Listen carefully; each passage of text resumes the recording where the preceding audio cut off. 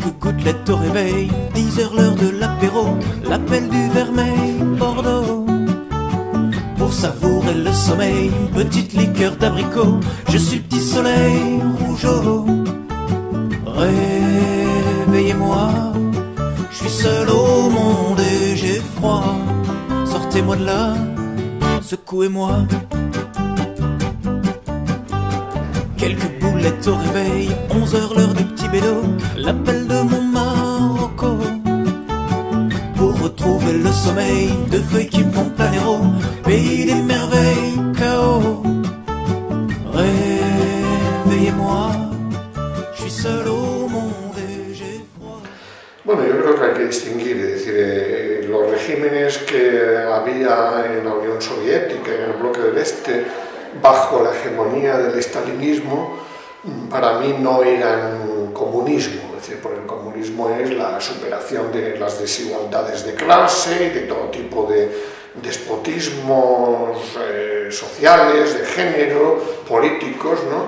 Y ahí lo que había era tampoco capitalismo, había un sistema burocrático de Estado, con una burocracia, una casta burocrática que realmente mantenía el monopolio del poder sobre el conjunto de la población. Entonces, bueno, eran sociedades bloqueadas en su evolución histórica y, claro, por eso vimos al final que fueron, en la mayor parte de estos países, los mismos burócratas los que promovieron luego la restauración del capitalismo, la reinserción de esos países en la economía mundial. Claro, en el caso de Cuba habría que hablar más también de una sociedad de transición bloqueada entre lo que era una economía y una sociedad dependiente de Estados Unidos, ¿no? Y el ideal socialista, ¿no? Es decir, también yo creo que ahí hay un régimen burocrático, pero con unos rasgos que se mantienen en un contexto de bloqueo por parte de Estados Unidos, ¿no? Pero evidentemente no es una sociedad comunista, ¿no? Y en Venezuela podríamos decir que hay un proceso revolucionario de cambio antineoliberal, también con rasgos antiimperialistas, pero todavía, como el mismo Chávez reconocía, con un capitalismo autóctono importante, ¿no? Bueno, el problema es ese, que la palabra comunismo para la mayoría de la población en el mundo hoy aparece todavía asociado a lo que era la Unión Soviética, ¿no? Entonces, claro, eso hace que haya perdido sentido pedagógico, a diferencia de cuál era el contenido original del comunismo, que era precisamente la idea de lo común, es decir, de compartir los bienes comunes, ¿no? Entonces yo creo que, bueno, ojalá en el futuro pueda recuperarse la parte buena de esa palabra comunismo, en el sentido de emancipación de la humanidad para socializar los bienes comunes y para crear un estado comuna que tienda a su propia desaparición, ¿no? Y claro, pues con socialismo también pasa algo parecido, es decir, que también ha estado muy identificado con la socialdemocracia, y claro, la socialdemocracia hoy ha demostrado que ha sido una buena gestora del capitalismo durante mucho tiempo y que, bueno, que ahora está en una crisis profunda, ¿no? Entonces, bueno, el problema es nuestro, la gente que seguimos aspirando a una emancipación de la humanidad, de todo tipo de despotismos y también a la reconciliación con el planeta, debido a la destrucción ecológica que está sufriendo durante tanto tiempo, ¿no?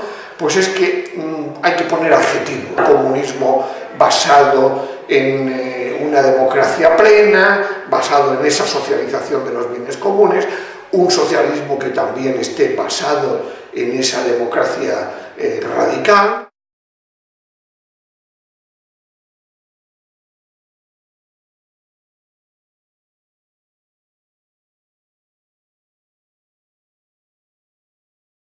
En realidad, aunque he estado en distintas organizaciones, hay un hilo de continuidad. El hilo de continuidad ha sido, yo de joven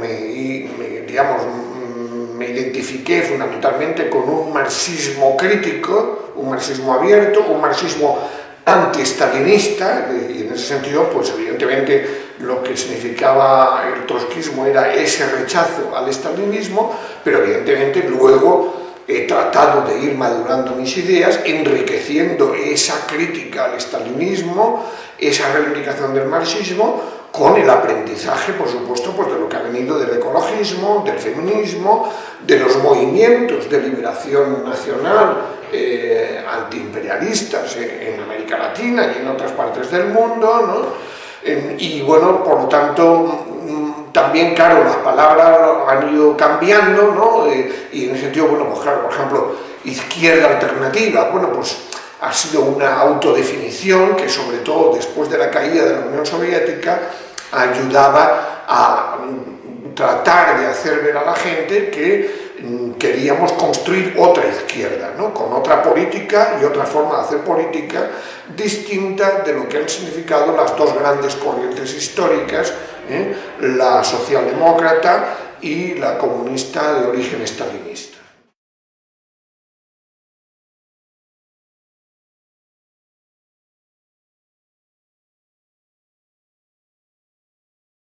Bueno, pues la evolución ha sido, claro, cuando yo estaba en el Frente de Liberación Popular, en los años 65 o 68, pues claro, era un contexto de revoluciones en el tercer mundo, incluso el nombre tenía que ver con esa atracción de lo que pasaba en Cuba, en Vietnam, en la propia Argelia, ¿no? Y luego hay el 68, la erupción de las protestas del 68 con una nueva generación de la que me siento formar parte, ¿no? Y luego, bueno, pues es eso, es tratar de ir manteniendo ese horizonte comunista como ideal, pero enriqueciéndolo con argumentos, ¿no? Es decir, con razones, es decir, combinar la pasión por el ideal emancipatorio con razones para fundamentar con cada vez mayor fuerza la crítica al capitalismo como un sistema estructuralmente injusto.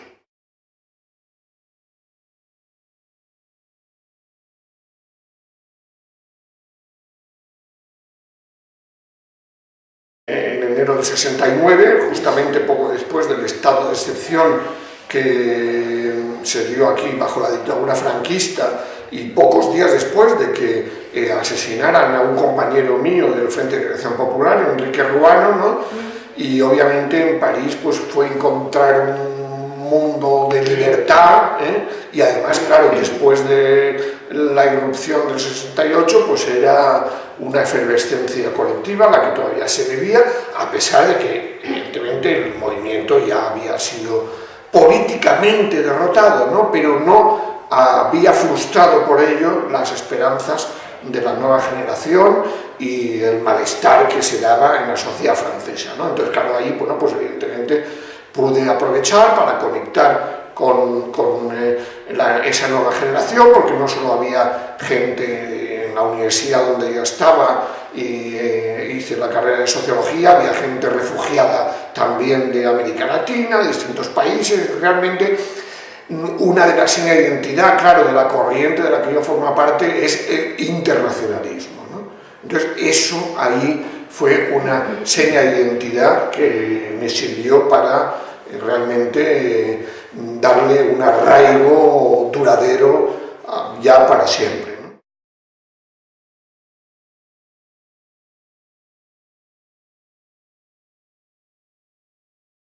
La sociedad comunista tiene que ser, por lo menos, tiene que plantearse a escala, por supuesto, internacional, ¿no?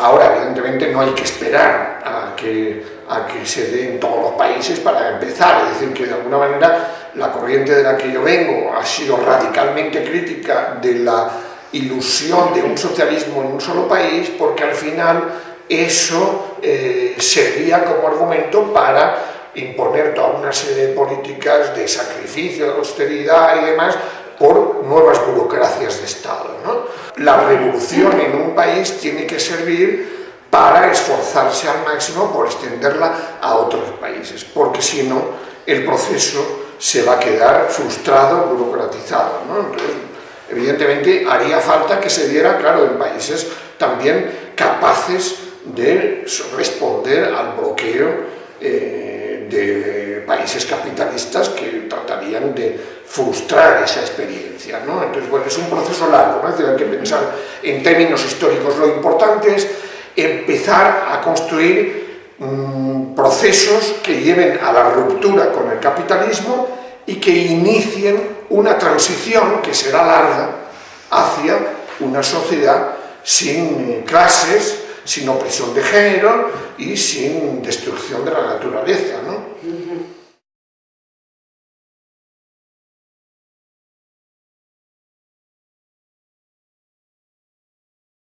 Bueno, en este libro lo que he tratado es de aportar, en la medida de mis conocimientos, una mirada marxista crítica y autocrítica, porque así, la cuestión nacional ha sido una anomalía incómoda para el marxismo, ¿no?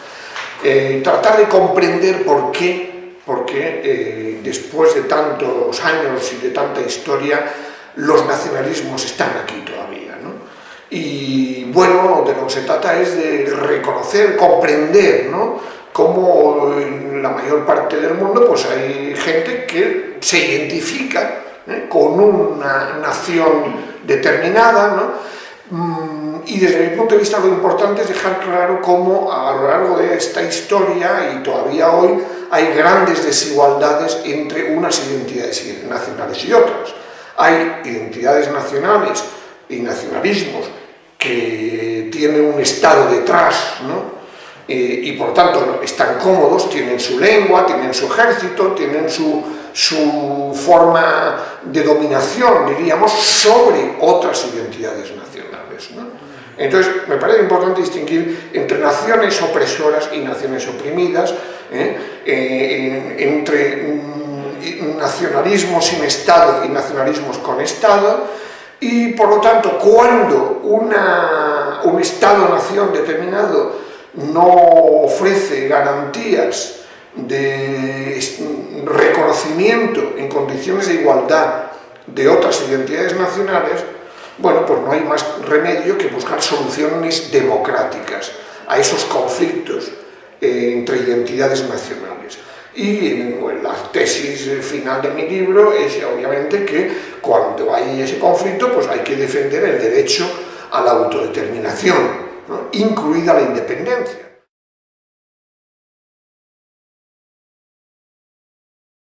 Claro, yo creo que hay alternativas, es decir, que es evidente que el capitalismo, además, desde 2007-2008, sobre todo en Europa, ¿no?, está conociendo una de las crisis más graves de la historia, que además coincide con la que ha provocado con el cambio climático, con el agotamiento de las energías fósiles, ¿no?, con todo tipo de desigualdades estructurales que se están agravando continuamente, ¿no? Yo creo que la percepción que se está dando hoy en muchas sociedades y también en la nuestra es que el capitalismo es un sistema estructuralmente injusto, ¿no?